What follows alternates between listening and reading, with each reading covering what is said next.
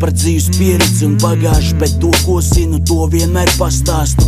Esmu redzējis, kā asaras līstas paņem, kā pasauli labo ar glāstiem maigiem, kā meli sāpina, kā sāpina attieksme, kā sāp tiem, kuros mīlestība paties. Un kad vairs nav spēka kaut ko sacīt, es spēju izlasīt visu mātes acīs. Tur redzu visam sākumu, tur redzu beigas, tur redzu sevi maz un redzu pēdas, ko atstājis katrs mazākais pārdzīvojums. Neviens no mums nespēs to saprast. Daži notikumi joprojām sit pa jūtām, kad ir grūti, ir bijis vēl grūtāk, ir māksla piedot tiem, kas kļūdās, neizmirsti savus, pienāc tuvāk.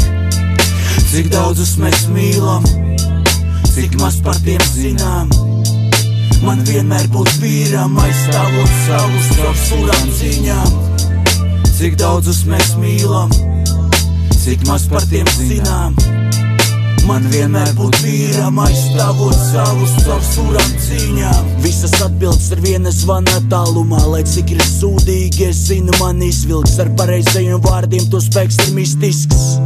Bez šīm saiknēm grūti iztikt. Runā labsirdība raksturīga muļķiem ir cilvēcīgas attiecības tagad modē pirkt. Es neticu šiem murģiem un droši padot roku, nav dārgāk par tiem, kas ar tevi cieš mokas. Jā, toreiz, kad vēlējos pamest skolu, bez spēkiem spējas nofokusēt domas. Es klausījos, kaut gan jūtos sen nolemts, tāpēc izdevās un tas nones. Es bieži aizmaldos pa ceļiem tāliem, lielākais paldies mātei un brālim. Pat vislielākās šaubas spēj pāriet, kad darot izvēli domā par saviem. Cik daudzus mēs mīlam, cik maz par tiem zinām. Man vienmēr būt vīram, aizstāvot savus caur surām cīņām. Cik daudzus mēs mīlam, cik maz par tiem zinām.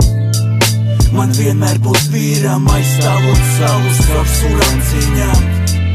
Cik daudzus mēs mīlam, cik maz par tiem zinām.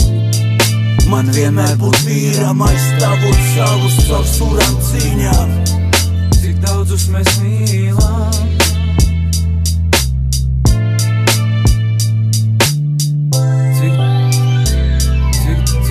cik daudzus mēs mīlam, cik maz par tiem zinām.